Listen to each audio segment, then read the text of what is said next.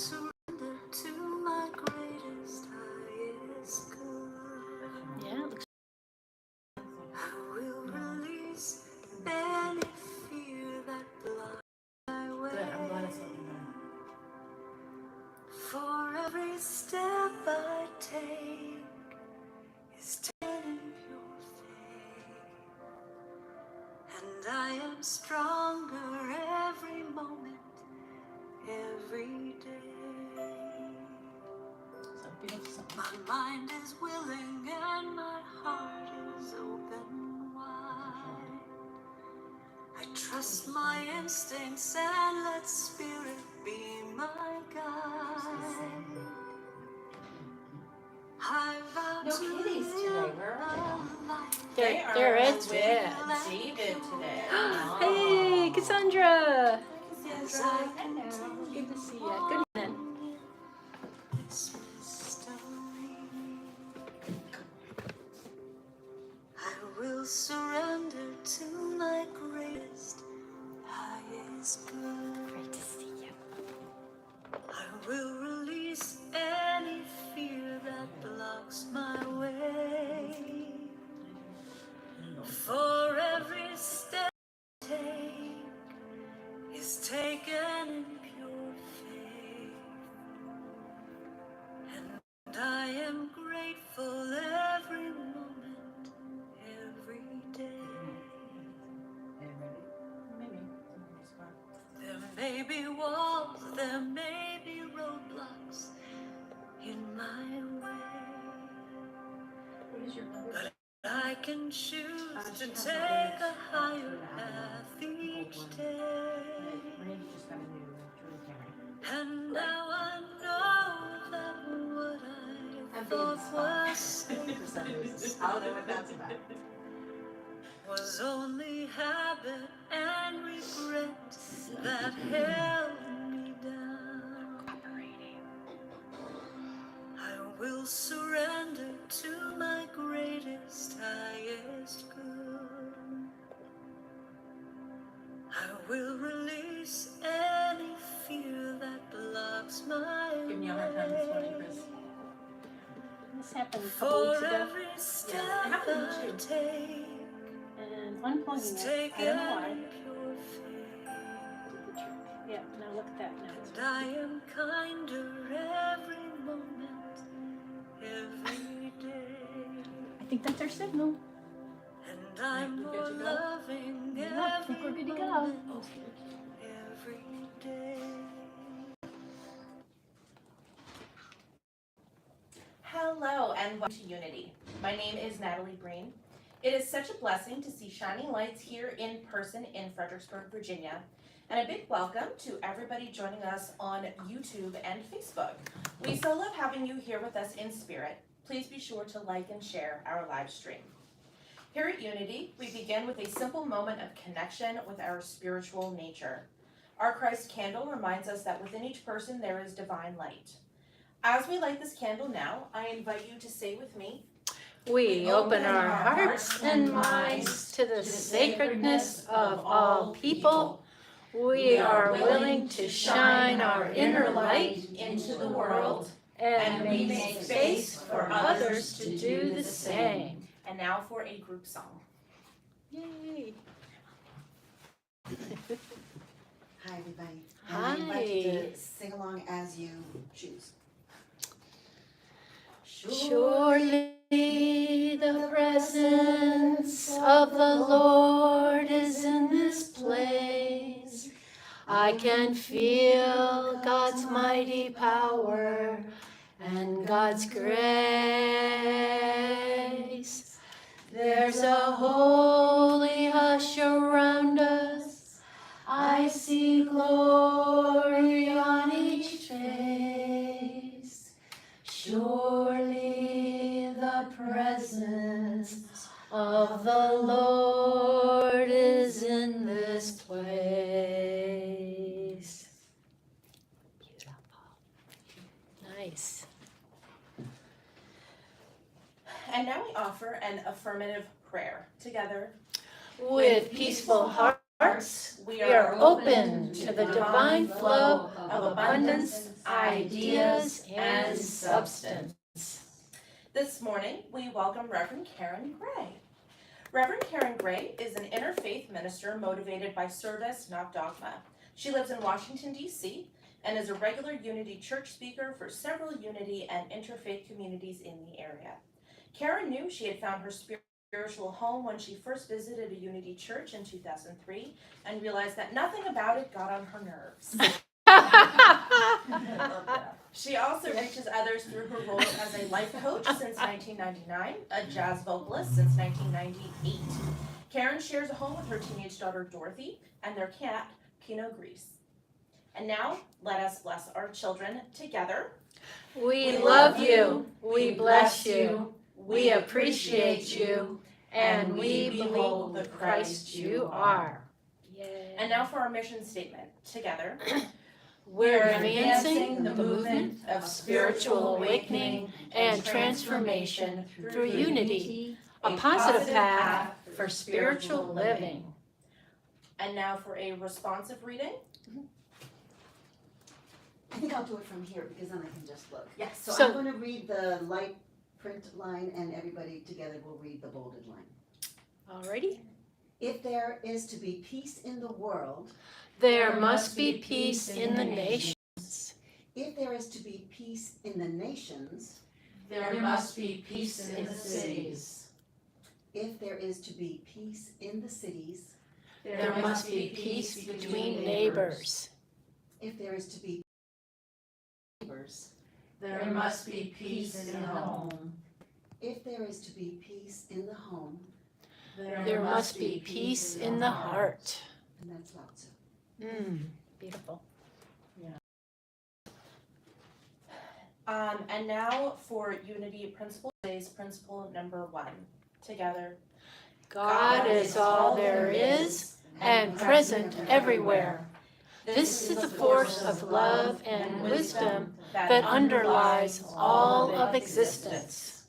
And now for our community news. September birthdays. Yay. If you were born in the month of All right. September, go ahead and stand up, Look to at be y'all. recognized and Come on, blessed. stand up. This is your month to shine your God light, so don't be shy. We bless you as we say together, We love you. we bless you, We appreciate you. And we behold the Christ you are. Mwah. Ah, yours is next week, isn't it? Yes, Thursday. Yep. Yeah.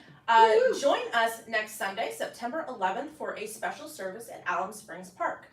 Reverend Pamela Mann will lead us in a forest experience. Bring a picnic and we'll eat lunch together afterwards.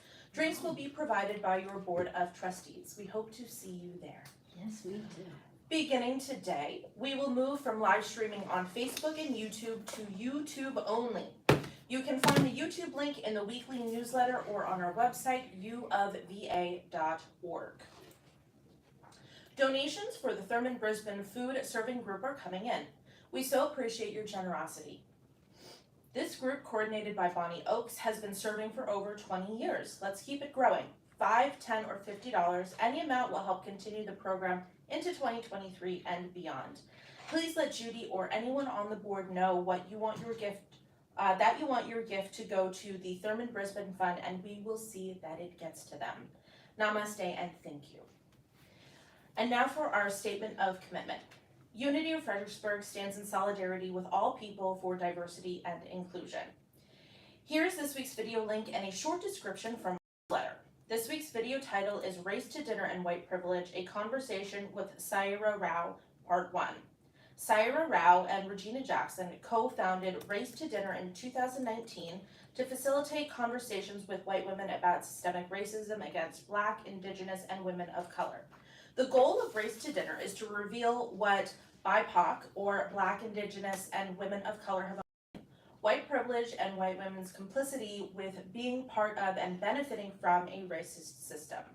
This question underlying Race to Dinner is, can white women begin to use their power and privilege to dismantle racism rather than to uphold it? According to Syra and Regina, the revolution has to be served in reality as a raw and refreshing conversation over dinner. Syra Rao is a lawyer by training, a former congressional candidate, a published novelist, and an entrepreneur. She has a graduate of the University of Virginia and NYU Law School in New York City. And if you would like to receive our weekly newsletter, please email info@uova.org. And now we'd like to focus our hearts on the people of Ukraine. Our hearts join together in prayer for the people of Ukraine. We hold the highest vision for peace and tranquility. We give thanks knowing that God is present in every situation. And now for today's daily word, which is ease. It's easy for me to find God in the glory of a sunrise and in the laughter of children, and to feel God's love as I get together with friends or family. Wherever there is wonder, joy, or fellowship, God is surely present. I remember that God is just as surely present when my responsibilities feel overwhelming, when conflict arises in a relationship, or when it feels as though there isn't enough of what I need. If I begin to feel tense, fearful, or frustrated, I remember that wisdom, love, and understanding, and strength, all of the divine qualities that live within me, are ready to help me handle any challenge. Assured by God's presence, I move with ease and grace through whatever this day brings. Today's verse is Proverbs 1:33. Those who listen to me will be secure and will live at ease without dread of disaster. Now let's affirm together. Beholding God in every circumstance helps me know ease. And now, Karen Gray.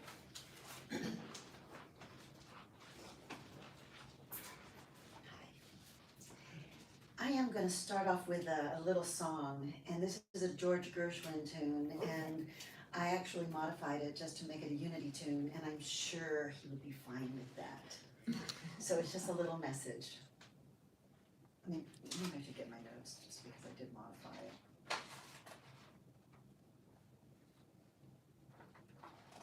Maybe I don't have my notes. George Gershwin. Yeah.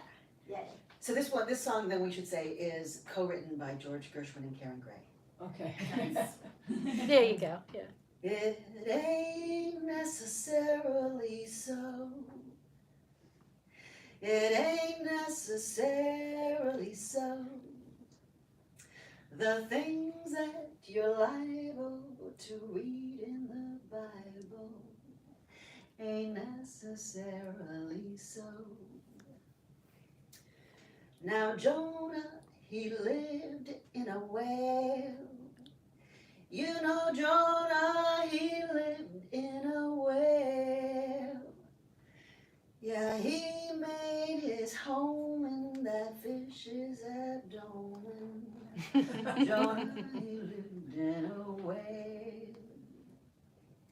But it ain't necessarily so.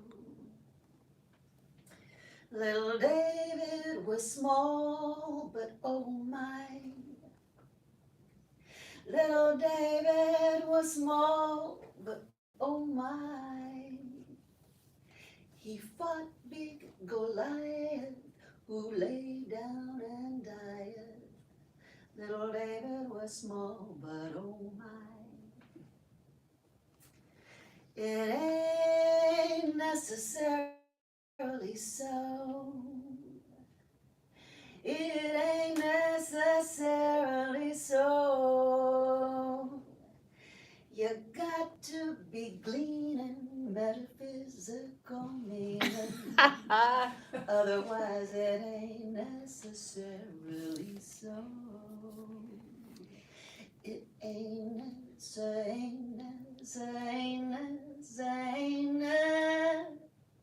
it ain't necessarily so.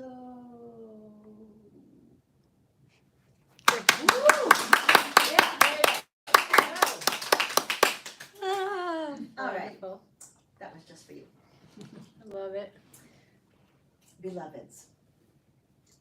My wonderful minister mentor, Reverend Lafayette Seymour, used to begin his sermons like that, with beloveds.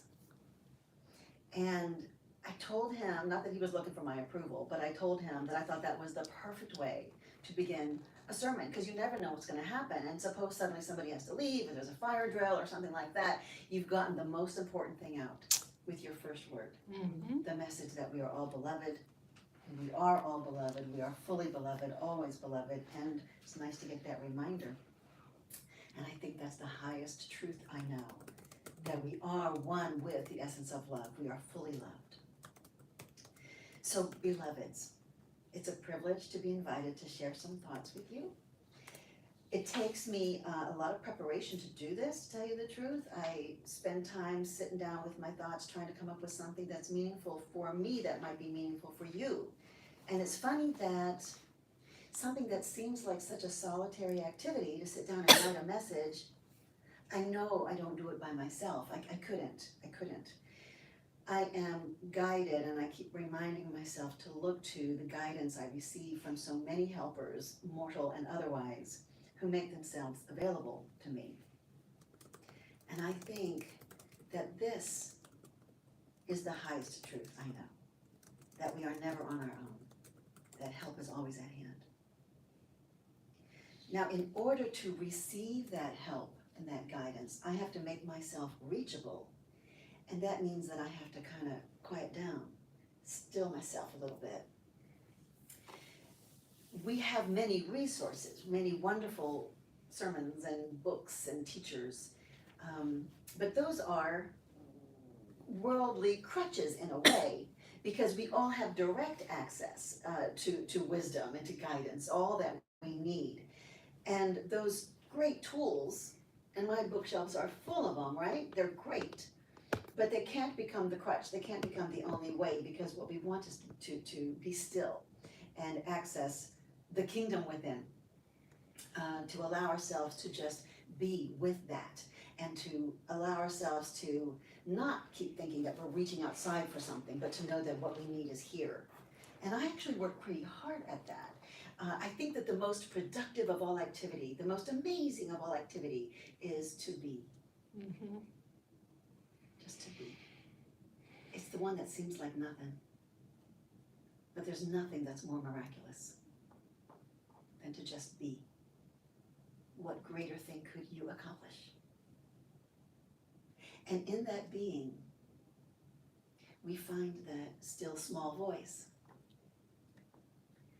Now, I would like for that still small voice to speak up a little, because I am apparently hard of hearing and very busy and distracted. And I often totally miss out.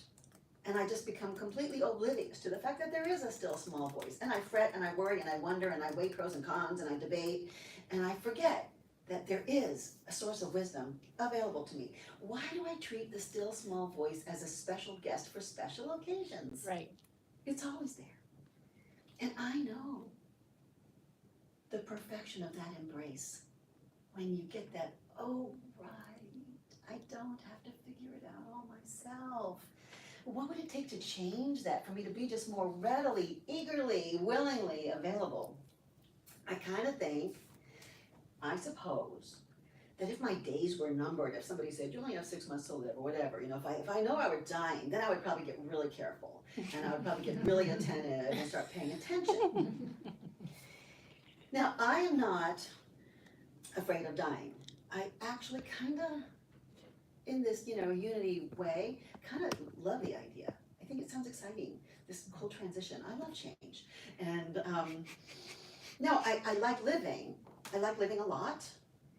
So I'm totally on board. Things keep working out, so I'm here. But I'm just, loving life doesn't mean it has to go on forever. It can mean you just love being here. But knowing that our days will end, because it turns out my days are numbered, right? I just don't know the number. And it might be a big number. I don't know. But if I know that my days are numbered, then that's a good motivation for me to not procrastinate and not wait, and to really do what is mine to do.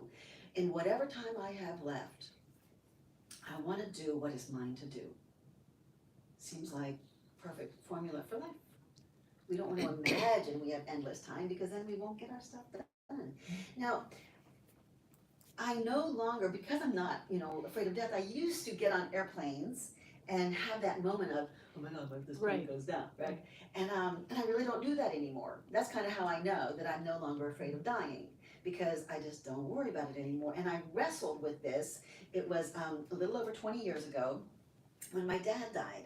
And that didn't make any sense, because suddenly this strength, this comfort, this personality, this sense of humor, this intelligence that I had grown to count on for all those years was just not there anymore. That didn't add up. So I started asking the question, which was, where is he now? Where is my dad now? Because I knew that that just didn't make sense, that could simply disappear. So that's when I started my inquiry. Where is my dad now? And through that, started finding the communities and the materials and the teachers and the information. And through that, I finally came to understand, I came to a way of understanding, oh, right, just as I suspected, Dad is still here, it's just different. Life is eternal. That's what that means. And that was definitely the kickoff to my spiritual journey and the turning point in a big way in my life. In a lot of ways, I look at my life as before Dad died and after Dad died. And I see all that came after Dad died as my dad's way of continuing to be the best father he could be for me, because he, in dying, was prompting me towards some really important learning that has meant a lot to me. So this might be the highest truth I know, that life is eternal. That means no beginning, no end. It just is. It is that being. And there's nothing to be afraid of. There are just milestones. A good friend of mine who's an LUT suggested to me that when I'm going to speak for a community, where what he says to everybody, speak to the highest truth you know. And I was like, yeah, as though that simplifies it, because he's super, super smart and has studied everything, and he's spent all these years as a teacher, teaching like philosophy and stuff, and so for him that might make it easy, but for me it's like, no, that's not what the rest of us do. Because what we do, a lot of us, what we do is we don't speak to the highest truth we know, we speak to the most confounding question we have. The thing we don't know, the thing we are trying to figure out, because that being invited to speak gives me a prompt to sit down with my thoughts and write things down and then scratch them out and then start over again and try to figure something out. That wrestling is the privilege of being a minister and being invited to speak, because it's like, gotta figure out what I wanna say, that means I gotta figure out what do I think. So, as was mentioned in my intro, I discovered Unity, and it was in March it'll be 20 years since when I discovered Unity. Wow. And I literally, truly, really did. And I went there as a singer, I went there to sing. And then I was like, nothing got on my nerves here. And I've been going to different churches throughout my life, trying to find something. And I would always find something I liked, but something else that got on my nerves. So my minister mentor was Reverend Lafayette Seymour. And he had a big reputation for us there. And he had a deep spirituality. I was just discovering Unity for the first time. And at that time, I was just about to finish my seminary studies at an interfaith seminary to be an interfaith minister. And like many people in my seminary class, I had a lot of imposter syndrome about calling myself a minister. Yeah. But I was very Imposter syndrome. Yeah. But I was very comfortable and clear that it was interfaith that I wanted to go, because I had found so many things that I valued and appreciated in different faith traditions, but not one that in and of itself kind of gave me what I wanted. But then I walked in and I found Unity, and Reverend Seymour was up there speaking. Maybe it was my second or third time that I had attended what was then called Community on the Hill. And this big man with a deep, gentle voice got up to speak, and I thought he had Southern Baptist preacher written all over him. And because that's what I was recovering from, okay, and so and that was his origin, as a matter of fact, that was his origin. But he that day was giving tribute to a friend of his from Pakistan, and he opened up with a prayer to Allah. and he wore a bracelet with like the Om symbol. And he would make references to the Kabbalah, which when he was studying at Unity Village, he was off in the village with other folks teaching the Kabbalah. And I watched this man who was so filled with love and light, and I realized that is an interfaith minister. That is an interfaith minister, because religions had always served a purpose, but I was very resistant to sets of rules and regulations and boundaries and acceptance or non-acceptance, none of that worked. But getting to see Lafayette, I realized that while I was busy dismissing major schools of thought because of the things I didn't appreciate, and I was seeing them as full of corruption and so human run, he was finding the beauty in each of them and just finding a way and an opportunity to share that beauty with whoever was lucky enough to cross his path. He knew and he demonstrated that there is one presence. I love that that's the principle of the day today, the first principle. There's one presence and one power. He took every truth, actually, and he made it higher and bigger and memorable and fun and comforting. I remember him affirming all that I need, require, and desire. And I was like, man, the word desire right there in a prayer. You don't hear that in a lot of churches, right? Not desire. The bad stuff. There was also some complexity to Reverend Seymour. Some truths, kind of easy. They just flow by you and you take them. They're easy. Other truths, as they flow by you, you got to go, wait, what? What? They make you sit up and pay attention and wonder and really take notice. He liked to open up a talk at a funeral or memorial service by standing up front and starting with, "You cannot die." And he actually liked that it would make people a little uncomfortable and startled. And I don't do that. Leading memorial services is maybe one of my favorite things to do. But I have a whole different approach because I'm just thinking, oh, bring comfort, bring comfort. But you couldn't be uncomfortable with Lafayette. Even if he said something startling, he just evoked trust right away. He was 100% authentic. And he wanted to convey the most deeply comforting message and truth, which is that we are eternal beings, that love is eternal, that love is our essence, and that love goes on in spite of appearances. We are all truth seekers. And this particular truth, that the physical body is a vehicle and an instrument to be loved and appreciated, but that life is on a whole different level. Maybe that's the highest truth I know. Truth is universal and also absolutely personal. I often reflect on Unity's early identity as a school of practical Christianity, not as an institution to tell you when you're right and when you're wrong. Unity teachings they celebrate and support exploration and growth and discovery. And Lafayette used to cite that Charles Fillmore said, "I reserve the right to change my mind." Yes. And there's a lot packed into that, right?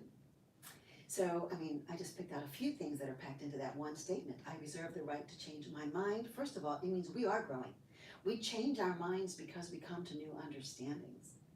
And this is the way that we personally evolve and have an ongoing process, life of discovery. Second, it tells us that the truth resides within us. We change our minds because we have a clarity that only happens within, not because somebody else told us a different truth and we take that on. We are all responsible to seek and reach our own understanding. And when a story is told, it's going to mean one thing to you and a different thing to me, and we're both right. And then the third thing is that truth is in the present moment. Because you know what? I might hear a story today and then hear it again tomorrow, and it means a different thing to me tomorrow because it's evolving. And that's what we want. We don't want to dig in our heels when we find the truth and say, that's it, I have arrived. We don't want to be rigid. We want to keep on moving, keep on growing, allowing for new discovery. One more thing about Lafayette. One day I asked him, Lafayette, if you could only give one more sermon ever, what would be the topic? And it was a rhetorical question. I knew what he was going to say. I knew that, of course, he would say love, because what else is there? And it was just my lead up to the next question I was going to ask. So I just said to him, Lafayette, if you could only give one more sermon ever, what would be the topic? And he said, forgiveness. I said, oh.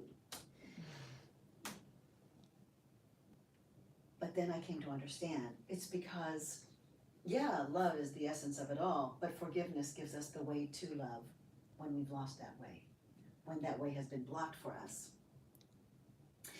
When we can fully forgive ourselves, others, our circumstances, when we can truly forgive what doesn't seem to be working for us, then we are being unconditionally accepting of God. Then we are not micromanaging or judging God's work. We're accepting divine order. We are residing in love and truth. Remember, we were not born bitter. We were not born bitter. So sometimes in the course of our life, after that birth, right? Sometimes we can pick up a grudge or a resentment. But that's not a natural state. If we hang out there, we're hanging out in an unnatural state. Forgiveness is a return to normal. And only through forgiveness can we be present for the essence of love that is what we are, the essence of life, the essence of God.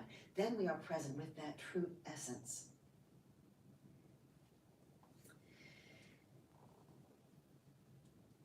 I started preparing this message thinking about what is the highest truth I know, and it wasn't easy, as you can tell, because I didn't pick one.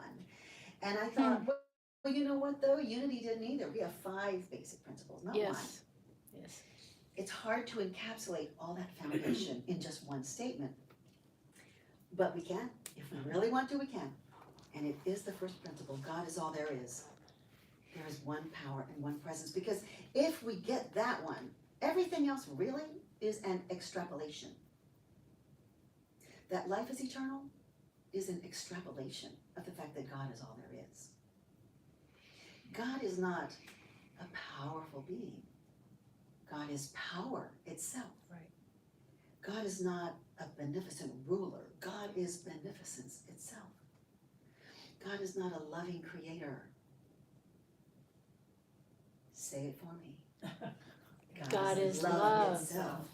And he is creation. And when we realize that God is all there is, oh, it's hard because our senses tell us otherwise, but we know we don't just always count on our senses. If I count on my senses, my 5 senses, then I am sure this world is flat.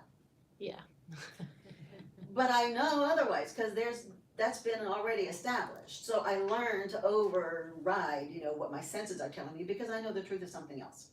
And so we can all seem like separate entities, but we actually know because we have reached the truth and we keep reaching for it. We are all one. There is only one essence, and that is God. And when we get that, in those bright shining moments when we get that, then we are liberated from the idea that God is some separate entity that we might be apart from, who might be absent to us at some times, right? Because if we remember that God is all there is, that means I am completely saturated by God and God is completely saturated by me. It's just the one presence. It's challenging, it might be overwhelming to behold all of these aspects of God in just a single characterization, a single concept. There's so much to it. And some faith traditions grapple with this in this way by having lots of different gods. Like the Hindu tradition, all these different gods, right? And I think some of the Native American traditions too, lots of different gods. But it's not that they're believing in many, many gods, it's that they're knowing that there are many aspects to God, and it's kind of too much for our little human minds to conceptualize. So we focus on an aspect, an aspect, an aspect. Just as today in my talk, I'm focusing on aspects of God. That we are fully loved, that life is eternal, that God is all there is, that we are never alone. These are different aspects of God, and it's helpful to focus on one at a time when it's overwhelming to try to conceive of the fundamental truth, which is that there is only one power and one presence active in the universe and in my life, God the good. God is all there is. It is hard, but it can be done, and we do it, and we keep practicing, and one of the ways we do it is through meditation. And why don't we go into a meditation now? I'm going to lead and invite you to sing with me as you choose our thoughts, our prayers. This will be a lightly guided meditation. I'll share some truth statements. I also invite you to call to mind the truth statement that works the best for you, whether I say it or it's something you just already know or you get. And just really hang out with that truth statement for a minute. Our thoughts are prayers, and we are always praying. Our thoughts are prayers.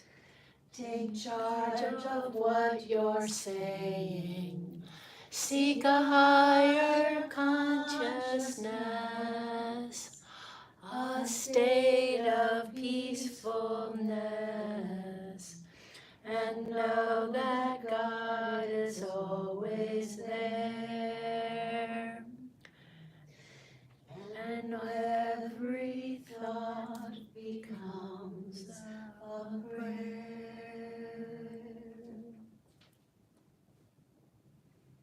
And let your physical body be comfortable now. Relax. Even adjust a little if you want to become 5% more comfortable.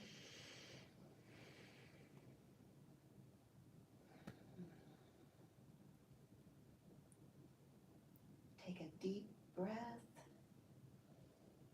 filling yourself with that God consciousness.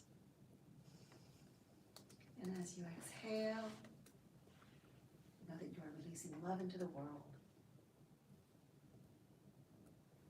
Know that in this present moment, all there is right now.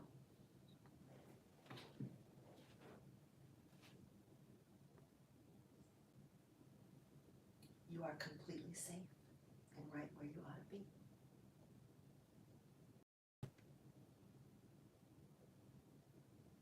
And as I invite you to let them be yours.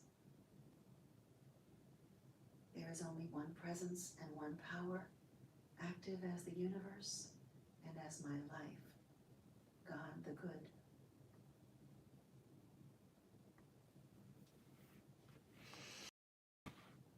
My essence is of God, therefore I am inherently good.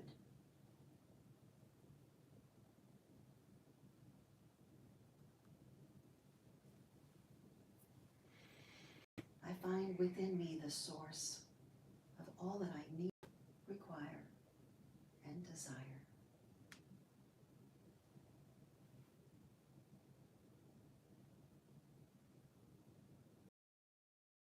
Service, and I offer myself as an instrument of peace, truth, and healing.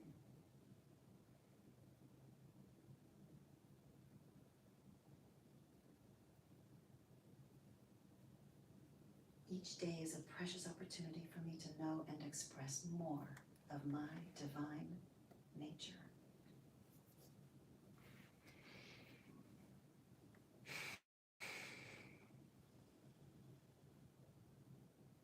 Let's take a little time in silence now.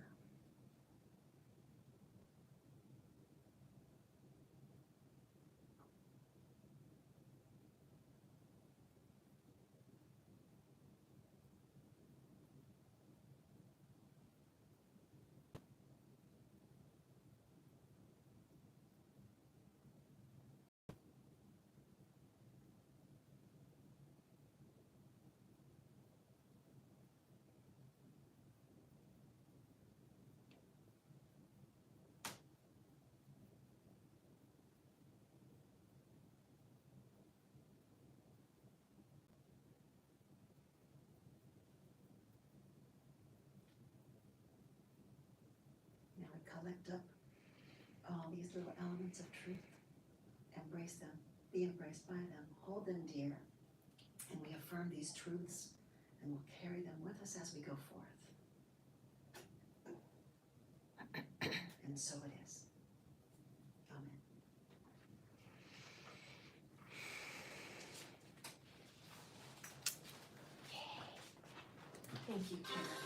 That was wonderful.